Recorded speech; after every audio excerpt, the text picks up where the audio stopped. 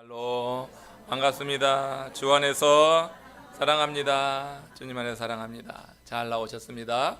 오늘 드린 예배 위에 성령 하나님이 함께 하실 줄로 믿습니다. 지난 주간에 그런 보도를 봤습니다. 한국은행에서 신입사원 채용을 하는데 일반직, 사무직 신입사원 채용하는 공고입니다. 근데 3,400여 명이 지원했다고 하는 그런 보도예요. 근데 채용 인원이 몇 명이냐면 한 20명밖에 되지 않습니다. 그러니까 경쟁률이 170대 1이 넘는 그런 셈이 되는 거예요. 사실은 일반직 사무직에는 그동안 상업계 고등학생들이 주로 지원을 했고 거기서 이제 업무를 보았다고 하는 건데 몇 해 전부터 우리 고국의 청년 실업이 그렇게 심화되면서 이렇게 서울의 중상위권 4년제 대학에서도 졸업자들이 대거 몰리게 되면서 이런 기현상이 일어났다고 하는 것입니다. 최근 청년들이 일자리를 구할 때 어떤 개인적인 성취, 비전, 꿈 이런 것보다는 안정적인 정규직을 구한다고 하는 것, 정년이 보장되는 그런 안정된 그런 직업을 선호한다고 하는 추세가 가속되고 있다고 하는 것이 이번 이 보도를 통해서 더 확실히 나타난 것 같습니다. 사실 이런 현상은 몇 해 전부터 예고되었던 거죠. 한 번은 초등학교 학생 1,000명을 대상으로 해서 장래 희망조사를 했는데 그 1,000명으로 대상으로 한 이 희망조사에서 대망의 1위가 공무원이었습니다. 여러분, 공무원을 폄하하는 것은 아니지만 소년들 이 동심이 너무 일찍 잃어가는 것 같다. 아이들이 너무 일찍 현실적이 되어져 가는 것 같다 하는 그런 씁쓸한 그런 여러분 생각을 하게 됩니다. 정말 허황된 듯 들려도 옛날에 아이들에게 너 장래 뭐 될래? 앞으로 뭐 될래? 하면은 장군이요, 대통령이요 그러던 때가 있었어요. 여러분은 아는 모양인데 옛날에 어린이들이 그랬습니다. 정말 대통령이라고 그렇게 정말 큰 그런 포부를 가지고 얘기했어요. 되든 안 되든 그렇게 말이라도 해봤던 시절이 있었습니다. 여러분, 오늘 이 본문에서 하나님께서 다윗을 사울의 뒤를 이어서 이스라엘의 대통령으로 삼으신 그 이유를 볼 수 있습니다. 하나님께서 왜 다윗을 택하여서 이스라엘의 왕으로 삼으셨을까? 한마디로 하면 이 다윗은 하나님의 마음에 합한 자였기 때문이라고 하는 거예요. 하나님의 마음에 합한 이 다윗은 현실적이지 않았습니다. 정말 다윗의 삶을 보면 비현실적이었습니다. 그렇지만 하나님의 신에 사로잡혀서 하나님의 마음에 합한 그와 같은 삶을 살았을 때 하나님께서는 이 다윗에게 많은 연단을 주셨지만 결국 높이 들어 세우셔서 이스라엘의 왕좌에 앉히셨다고 하는 것을 우리는 잘 알 수 있습니다. 하나님의 마음에 합했던 이 다윗, 그래서 대통령이 되고 왕이 되고 그래서 하나님의 나라에 크게 쓰임받았던 이 다윗의 이야기, 오늘 본문을 통해서 좀 더 깊게 살펴보면서 오늘 우리가 처한 이 상황 속에서 주님께서 주시는 말씀, 그 음성을 한번 듣기를 원합니다. 오늘 주에 주시는 말씀이 어떨까? 우리가 마음을 모아서 귀를 쫑긋 세우고 하나님 주시는 말씀 안으로 함께 들어가길 원합니다. 이스라엘이 블레셋과 전쟁을 치를 때 있었던 일이죠. 블레셋에는 골리앗이라고 하는 아주 싸움에 능한 거인이 있었습니다. 이 골리앗이 이스라엘과 블레셋의 전선을 이제 맞서서 대항하고 있을 때 조석으로 나서서 이스라엘 군대를 조롱하고 놀리는, 그렇게 비판하고 하나님을 모욕되게 하는 그와 같은 그런 외침을 외칩니다. 사무엘상 17장 8절에서 10절 사이에서 이렇게 지금 골리앗이 이스라엘 진영을 향하여서 말하는 거예요. 아주 조롱하는 그런 내용입니다. 한번 같이 읽어보면서 확인해 보겠습니다. 그가 서서 이스라엘 군대를 향하여 외쳐 이르되 너희가 어찌하여 나와서 전열을 벌였느냐? 나는 블레셋 사람이 아니며 너희는 사울의 신복이 아니냐?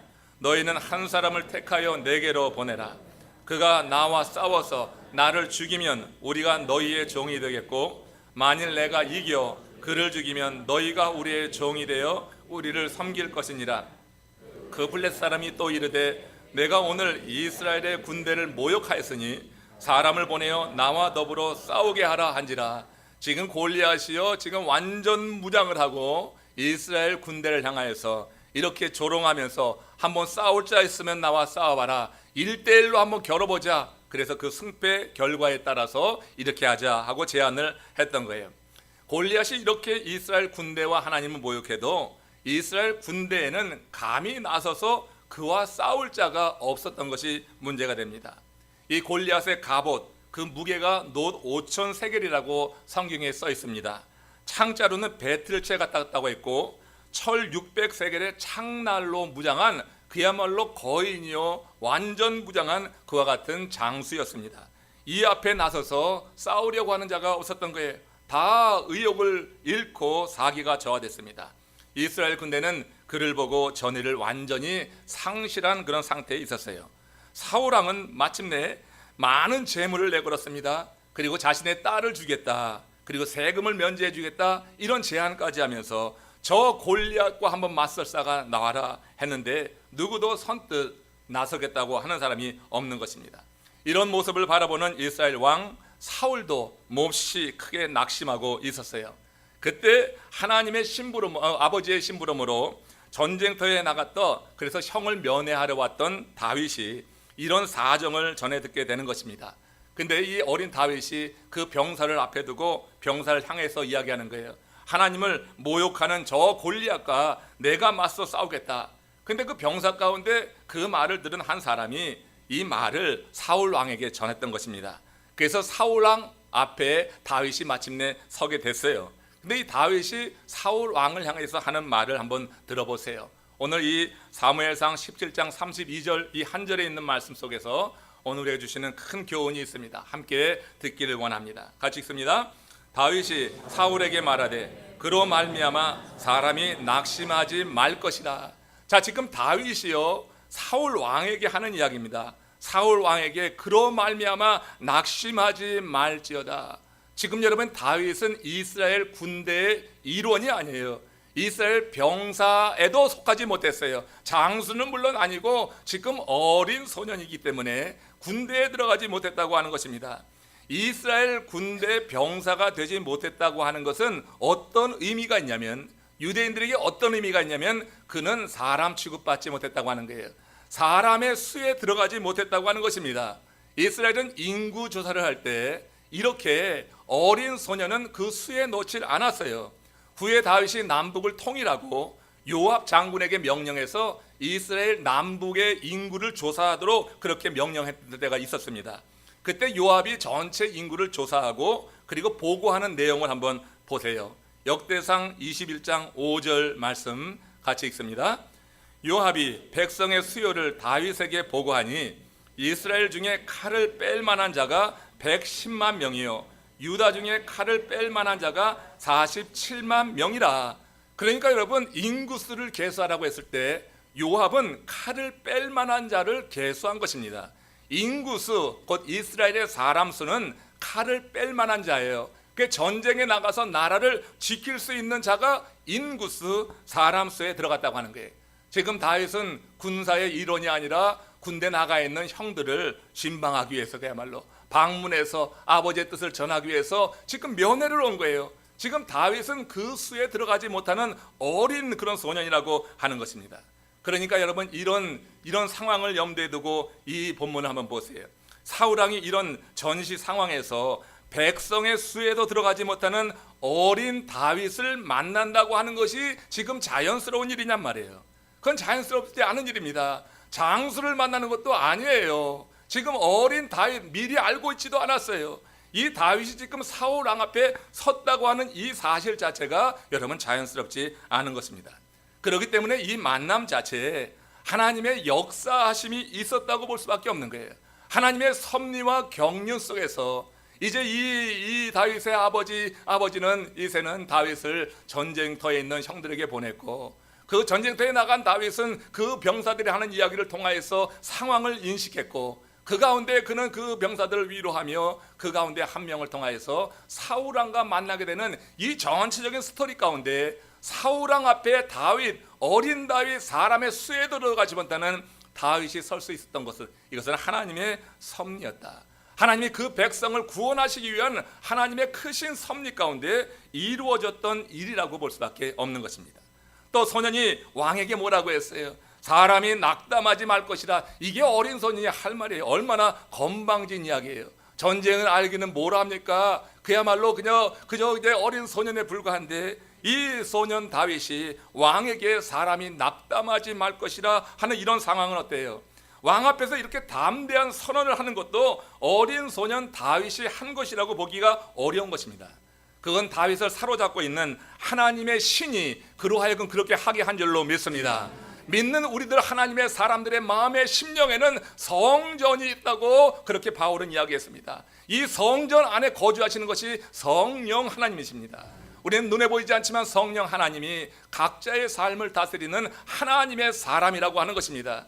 그래서 여러분, 하나님의 신이 우리를 감동할 때, 그 도전하게 될 때, 감동을 줄 때 우리가 순종하고 나감으로 말미암아서 하나님의 일을 행할 수가 있다고 하는 거예요. 어린 다윗에게 여러분 이런 용기가 어디서 납니까? 지금 칼을 빼기도 힘들어요. 칼 들기도 어려운 그런 어린 소년 다윗이 지금 왕 앞에서 사람이 낙담하지 말 것이라, 이게 얼마나 어른스러운 이야기고 얼마나 여러분 이게 때에 맞지 않는, 그의 입술에 어울리지 않는 말이에요. 그렇지만 그 속에 있는 성령 하나님, 하나님의 신이 지금 그렇게 불벌 떨고 있는, 두려워하고 있는, 낙심하고 있는 그 이스라엘 백성들을 향하여서 어리지만 다윗을 통하여서 당신이 직접 말하고 있는 줄로 믿습니다. 그러니까 낙심하지 말라고 하는 것은 하나님의 말씀이라고 하는 거예요. 하나님께서 말씀하시는 것을 어린 다윗을 통하여서 지금 입을 열어서 행하시는 거예요. 하나님이 하시고자 하면 나귀의 입도 열어서 말씀하게 하셨단 말이에요. 그러니 여러분, 이 어린 다윗을 통하여서 하나님이 지금 그 상황에 맞도록 너는 두려워하는 그 백성에게 낙심하지 말라고 말씀하고 있다는 거예요. 다윗은 모두가 낙심해하는 상황에서 평강을 누리고 있었습니다. 이는 그가 하나님의 신에 강하게 사로잡혀 있었기 때문에 가능했던 일이에요. 낙심해 있는 사람들에게 기운을 불어넣어 마음에 쉼을 주기 위해서는 내 마음이 먼저 쉼을 얻고 있어야 되는 것입니다. 이 말은 내 안에 평강이 있어야 한다고 하는 그런 말이에요. 자신 안에 평강이 없는 사람이 주변 사람에게 쉼을 주고 새 기운을 불어넣을 수는 없는 것입니다. 다윗은 지금 주 안에서 하나님의 신에 사로잡혀서 이처럼 평강을 누리고 있는 거예요. 그러기에 두려워 떨며 낙심해 있는 왕과 군대를 향하여서 말할 수 있었던 것입니다. 골리앗의 크기에 기죽지 말아라. 그가 말하고 있는 이 험한 말에 영향받지 말라. 그 험한 말 때문에 낙심해 있는 거예요. 그 장대한 모습을 보고 우리는 싸워도 되지 않겠구나 하는 그런 절망감 속에서 낙심해 있는 거예요. 그러기에 골리앗의 그 크기에 기죽지 말아라. 그가 하는 이 험한 말에 영향받지 말고 낙심하지 말라, 이렇게 말하고 있는 거예요. 여러분, 하나님의 사람들, 하나님의 신이 그 속에서 역사에서 하나님의 일을 감당하는 하나님의 일꾼들은 우리 공동체가 흔들릴 때, 우리 공동체가 낙심했을 때 그렇게 담대한 마음으로 주님의 말씀을 선포할 수 있는 그런 하나님의 사람이 되어야 될 줄로 믿습니다. 함께하는 우리 속해, 함께하는 사역에서 혹시 낙심한 사람들이 있습니까? 그럼 세워주십시오. 낙심해 있는데 거기다 더 낙심이 되는 말을 하지 말고 세워주십시오. 함께 일어나자고 하는 게 하나님이 주신 생각, 하나님이 주신 감동, 그걸 가지고 선언하는 게, 어린 소년인데 왕 앞에서 자기 동족이 겪고 있는 이런 난감한 상황 속에서 다윗은 완전히 하나님께 쓰임을 받고 있다고 하는 거예요. 왜 하나님께서 다윗에게 기름 부어서 사울의 뒤를 이어서 왕이 되라 하셨는지 그 이유를 알 수 있겠죠. 이처럼 하나님의 신에 완전히 붙잡혀서 하나님의 뜻 가운데 순종하고 나갈 수 있는 그와 같은 면이 이 다윗에게 있었기에 하나님께서 그를 들어서 이렇게 사용하신 것이라고 믿습니다. 저는 지난 주간에 홍정욱이라고 하는 전 국회의원의 그 근황에 관한 글을 읽어봤습니다. 홍정욱 전 의원은 2011년 스스로 자원해서 국회의원 출마를 포기하고 지금 사회사업가로 일을 하고 있다고 하는 그런 보도입니다. 그는 하버드 대학을 졸업했습니다. 대단하죠? 스탠포드를 졸업했습니다. 별로 놀라지도 않아요? 하버드랑 스탠포드는 세계 1, 2위 대학입니다. 스탠포드에서 박사 학위를 받았습니다. 여기에 여러분 남궁원이라고 하는 옛날 영화 배우의 아들이어서 그의 DNA를 물려받아 외모까지 잘났어요. 그게 정말 여러분 대단히 잘난 사람이 아닐 수가 없어요. 근데 여러분, 저는 그가 더 빛나 보이게 된 것이 그런 외적인 조건 때문이라기보다는 그의 어머니의 신앙을 이어받아서 그 신실하게 사는 하나님의 사람의 모습이 그에게 드러나기에 그의 배경이 더 빛나 보였다, 그렇게 말씀을 드리고 싶은 거예요. 그가 청년을 대상으로 해서 강의를 할 때마다 그는 자신의 삶에서 얻은 교훈이라고 하면서 이런 말을 나눈다고 해요. 이게 여러분 다윗이 하는 말과 좀 유사한 것이 있는 것 같아서 좀 나누려고 하는 거예요. 그게 뭐냐면 짧은 말인데, 남의 말이 너의 마음속에 파고들게 하지 말라. 세상 사람들의 말이 내 마음에 파고들게 하지 말라.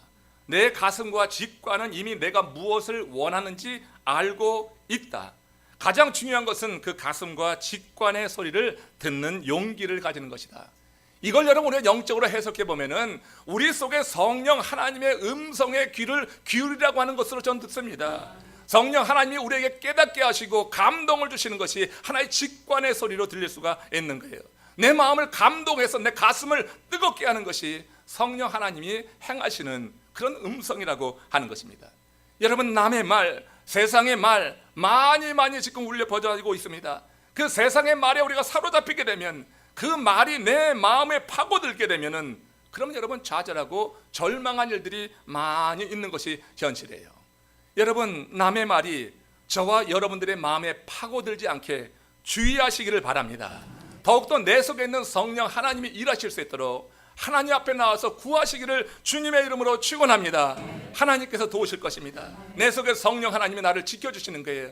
내 마음을 지키지 못하면은 그러면 여러분 소용없게 되는 것입니다. 성을 빼앗아서 마음을 지키지 못하면 그러면 그 사람은 곧 무너지고 마는 것입니다. 우리의 마음을 지키는 것, 내 마음속에서 울려나오는 직관의 소리, 성령 하나님이 내 마음에 주시고 도전하는 그 소리, 이 소리를 듣고 성령 하나님이 내 마음에 감동을 주시는 뜨거운 가슴을 가지고 하나님이 원하시는 그 일을 위해서 결단한다고 하면 세상의 소리는 그렇게 크게 울려오다가도 다 사라지게 될 줄로 믿습니다. 내면의 소리를 듣지 못하면 세상의 소리가 나를 엄습하고 날 사로잡고, 그래서 우리는 그 세상의 소리에 노예요 종이 되고 끌려가고 만다고 하는 거예요. 여러분, 카더라 통신을 주의하십시오. 사단이 사람들 사이에 틈을 낼 때 사용하는 것이 카더라입니다. 뭐 카더라 하는 것입니다. 우리 가운데 있는 모든 카더라가 사라지기를 주의 이름으로 축원합니다. 여러분, 주님 안에서 내 마음 가운데 있는 성령이 일하시도록 주님 앞에 구하게 되면 카더라 통신은 사라지는 것인데, 내 속에 성령이 일하지 않고 내 속에 육적인 욕망과 어떤 그런 판단이 있게 될 때, 비판이 있을 때, 이 카더라 통신 앞에 아주 그냥 힘없이 무너지는 많은 사람들을 보게 돼요. 여러분, 가만 보니까 이 카더라 통신 때문에 힘들어하는 사람이 있더라고요. 여러분, 이 카더라 통신이 우리 가운데 들어올 때 틈이 납니다. 그럼 사단은 항상 틈을 비집고 들어가는 존재예요. 우리 마음에 틈만 나면 비집고 들어가요. 어디든지 틈만 나면 비집고 들어가서 그 사람을 잡아 자기의 수하에 두고 완전히 자기 종처럼 사용한다고 하는 거예요. 이게 전형적인 수단이라는 것을 알아야 됩니다. 여러분, 다윗도 그런 고난을 겪은 적이 있어요. 수없이 많은 고난을 겪었지만 가장 힘들었던 것 가운데 하나가 바로 이 카더라예요. 시편 3편 2절에 있는 말씀 같이 읽어봅니다. 같이 읽습니다. 많은 사람이 나를 대적하여 말하기를 그는 하나님께 구원을 받지 못한다 하나이다. 그는 하나님께 구원을 받지 못한다, 카더라 얘기예요. 많은 사람들에게 지금 고난을 당하고 있는데 주변의 사람들이 하는 이야기가, 들려오는 얘기가 저 다윗은 하나님께 구원을 받지 못한다 카더라, 이런 얘기가 될 것입니다. 많은 소리가 들려왔습니다. 그런데 여러분, 이 소리가 다윗으로 하여금 큰 고통을 갖게 했어요. 자신이 하나님께 구원을 받지 못한다고 하는 이 소리가 다윗의 마음을 무척이나 아프게 했습니다. 여러분, 사단은 악인의 혀를 이용해서 믿음의 사람들을 사로잡으려고 오늘도 그렇게 열심히 신방을 다니는데, 우린 과연 뭐하고 있는 얘기예요? 사단의 신방을 받지 않기를 주의 이름으로 축원합니다. 사단의 신방은 아주 문전박대라란 말이에요. 그런 신방 받지 마세요. 그런 소리 듣지 마세요. 내 속에 성령 하나님이 일하실 수 있도록 하나님께서 함께 하시는 하나님의 사람들 되기를 주님의 이름으로 축원합니다.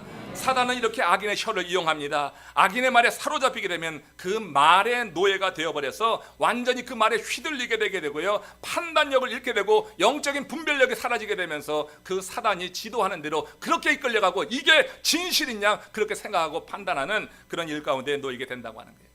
여러분, 지금 골리앗의 말이 이스라엘 군대와 사울의 마음에 파고 들었습니다.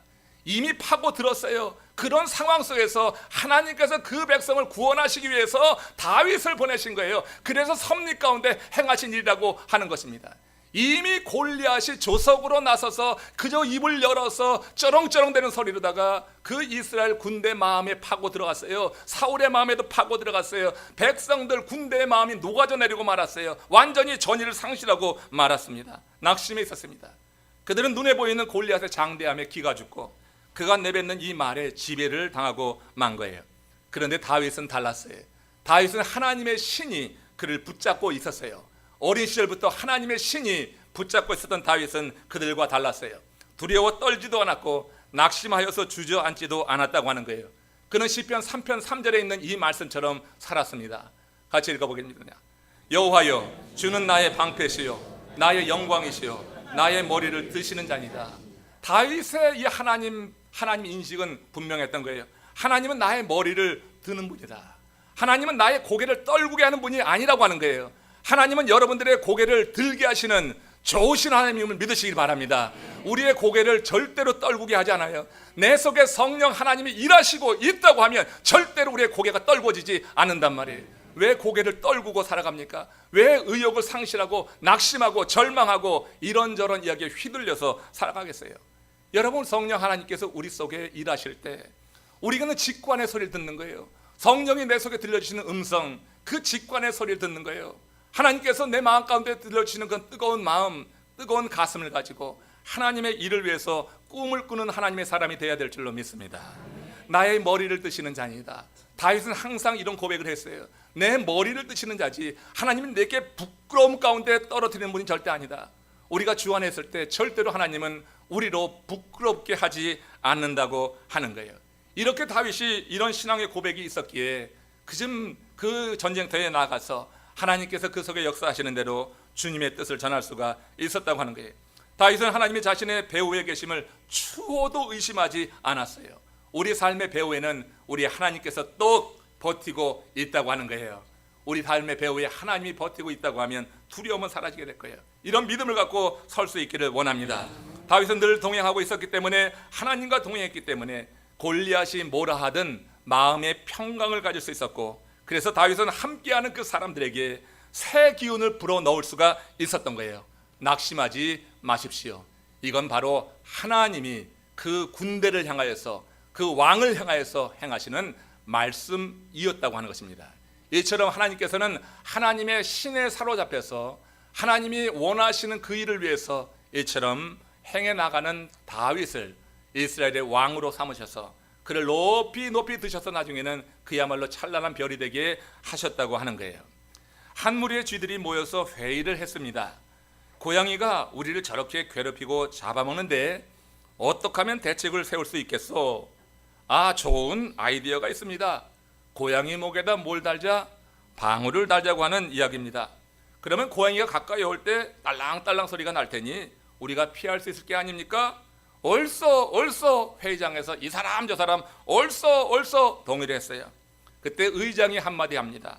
자, 그러면 누가 가서 고양이 목에 방울을 달겠습니까? 그 순간 쥐 죽은 듯이 고요해졌다고 하는 것입니다.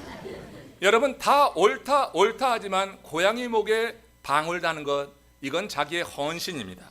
다윗이 사울에게 그렇게 말했습니다. 낙심하지 말지어다 하는 말씀과 함께 17장 32절 후반절에 뭐라고 하냐면, 주의 종이 가서 저 블레셋 사람과 싸우리다.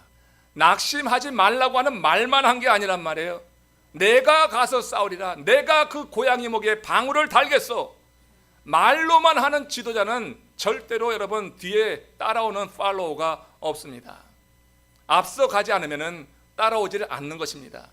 다윗이 여러분 어렸지만, 다윗이 이렇게 칼을 빼지도 못할 만큼 그렇게 연약한 소년이었지만, 하나님의 신에 사로잡히게 될 때 하나님의 말씀을 전했고, 하나님이 그에게 주시는 감동대로 뜨거운 가슴을 가지고 내가 나가겠다고, 내가 헌신하겠노라고 이렇게 선포하고 그 백성을 세우는 이 모습을 통하여서 그것이 정말 하나님이 하신 거구나. 이 다윗은요, 문제가 무엇인지 알고 있었어요. 골리앗 앞에 주눅이든, 그래서 싸움도 하기 전에 깔아앉은 군대의 사기가 문제였다고 하는 것을 직시했습니다. 그래서 다윗이 낙심하지 말라고 말을 했는데, 그 말만 한 것이 아니라 이처럼 문제 해결을 위해서 자신이 헌신하고 있는 거예요. 누가 그에게 그러라고 등 떠민 사람 하나도 없었어요. 사울에게 나가라고 하지 않았잖아요. 사울이 다른 병사들이 나가라고 하지 않았잖아요.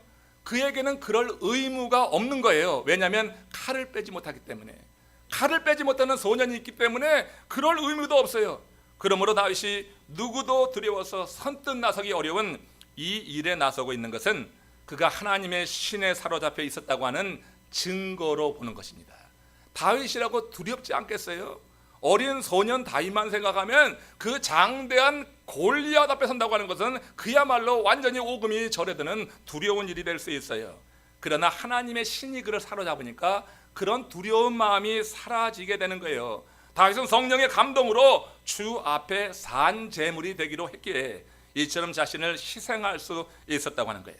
그는 하나님의 백성을 구원하는 이 일에 향기로운 제물이 되겠다. 뜨거운 가슴, 하나님이 주신 직관의 소리에 순종하고 뜨거운 가슴을 가지고 내가 이 일을 하겠소, 그렇게 향기로운 제물이 되기로 작정하면서 이와 같이 말하고 있는 것을 보게 됩니다. 레위기에 보면 구약의 여러 제사법이 소개되어 있습니다. 그중 번제라고 하는 것이 있습니다. 이 번제는 소나 양 등을 동물을 잡아서 각을 떠가지고 번제단 위에 펴놓고 불을 살아서 완전히 살아 올리는 것입니다. 그러면 그 연기와 향이 하나님께 올라가는 그런 제사를 말하는데, 이 제사에 대해서 성경이 후렴구처럼 이렇게 말합니다. 레위기 1장 9절에 보세요. 같이 읽어봅니다. 이는 화제라, 여호와께 향기로운 냄새니라. 보세요. 여호와 하나님께 향기로운 냄새는 어느 때 나냐면 제일 중요한 그 첫 스텝이 죽는 것입니다. 동물이 죽여져서 각을 떠서 번제단 위에 올려놓고 불로 사르는 거예요. 그러면 여러분 연기와 향이 하늘로 올라가는 거예요. 이것이 하나님 앞에 향기로운 냄새라고 그랬어요. 하나님 앞에 향기로운 냄새는 우리 자신 육성이 죽을 때라고 하는 것입니다. 내 육성이 죽지 않으면 역한 냄새가 납니다. 여러분 주변에 역한 냄새를 맡을 수 있어야 돼요. 역한 냄새가 풍겨옵니다. 내 자신이 역한 냄새를 풍길 수도 있습니다. 내 자아가 죽지 않으면 이 공동체 안에 있지만 우리 가운데서도 역한 냄새가 나갈 수가 있는 것입니다. 여호와 하나님께 향기로운 냄새, 육성이 죽어야지 돼요. 고린도후서 2장 14절에 있는 말씀 보세요. 이기는 자가 어떤 자냐면은 육성이 죽은 자라고 여기 말하고 있어요. 같이 읽습니다. 항상 우리를 그리스도 안에서 이기게 하시고 우리로 말미암아 각처에서 그리스도를 아는 냄새를 나타내시는 하나님께 감사하노라. 그리스도를 아는 냄새는 향기로운 냄새입니다. 이 향기로운 냄새를 우리가 살아가는 각처에서 나타나게 하시는데, 이게 언제 나타나요? 그리스도 안에서 이기게 하시는 거예요. 그리스도 안에서 이긴다고 하는 것은 내가 그리스도 안에서 죽었다고 하는 거예요. 우리가 십자가에 주님과 함께 정과 육을 못 박았다고 하는 그런 표현이 되는 것입니다. 그리스도 안에서 죽어서 이기는 비결을 말하는 거예요. 내가 죽음으로 말미암아 이기는 것, 바울은 우리의 육성이 죽음으로 이기는 비결을 말하고 있는 거예요. 육성이 죽을 때 각자의 삶 속에서 그리스도를 아는 향기로운 냄새가 발산된다고 하는 거예요. 그래서 그리스도 안에서 이기는 승리자가 된다고 지금 이렇게 선언하고 있습니다. 저는 여러분 우리 모든 성도님들이 이기는 자가 되기를 주님의 이름으로 축원합니다. 고개가 떨궈지는 자가 아니라 고개가 세워지기를 주님의 이름으로 축원합니다. 여러분 주 안에서 이기는 비결을 배우면 됩니다. 주 안에서 우리의 육성이 죽을 때 우리의 판단이 있습니다. 이성이라고 하고 합리적이라고 그렇게 자기를 변명할 수도 있어요. 근데 여러분 하나님의 뜻을 묻지 않고 자기의 판단이 앞서가게 될 때 육성이 살아서 향기로운 냄새가 아니라 역한 냄새가 날 수 있다고 하는 것 또한 기억해야지 되는 것입니다. 우리가 주님 안에 죽은 자가 될 때 작은 헌신, 그 헌신을 통하여서 하나님의 나라 공동체를 이 다윗처럼 하나의 그런 공동체로 같이 연합하는 그와 같은 불쏘시개가 되고 또한 브릿지가 되는 그런 역할을 하게 된다고 하는 거예요. 제가 말씀을 마치면서 지난 주간에 있었던 일이고 여러분 칼럼에도 썼던 내용입니다. 성전 입구 화단에 무릎 높이만큼 자란 강아지 풀 이야기입니다. 이 강아지 풀 제가 들면 알면서 항상 볼 때 참 지저분하다, 잘라내야겠다 그런 생각을 했고요. 이제 관리팀에서 이 일을 이제 하게 될 것인데, 지난 화요일에 1대1 사역 양육자반을 강의했는데 그 강의할 때 보니까 테이블마다 그 강아지 풀이 놓여 있는 거예요. 사역팀장님이 그 화단에서 따다가 그것을 장식한 것입니다. 그런데 그 테이블 위에 놓인 그 강아지 풀이 화단에서 볼 때랑은 전혀 다른 이미지인 거 알죠? 화단에 아무렇게나 방치되어 있을 때는 그냥 잘라버리고 싶은 마음이 일었는데 누군가의 손에 들려서 다듬어지고 그것이 예쁜 화병에 담겨지게 되니까 정말 강아지처럼 귀엽게 보였어요. 그게 정말 쓰다듬고 싶더라고요. 그죠? 그런 충동이 일어났습니다. 들판에 그냥 널려져 있을 때는 더럽고 그냥 잘라버리고 싶은 마음이 들던 것도 사람이 뽑아서 정리해서 가지런히 두니 마음의 감동이 되더라고 하는 거예요. 여러분, 우리가 어찌 보면 그 강아지 풀과 같은 인생이 아니었어요. 우리가 그렇게 이 들판에 광야 같은 인생에 그렇게 여러분 방치된 채 들썩들썩 그렇게 살아갔습니다. 하나님께서 은혜를 더하여 주셔서 우리를 뽑으셨어요. 하나님의 손에 우리를 잡으셨어요.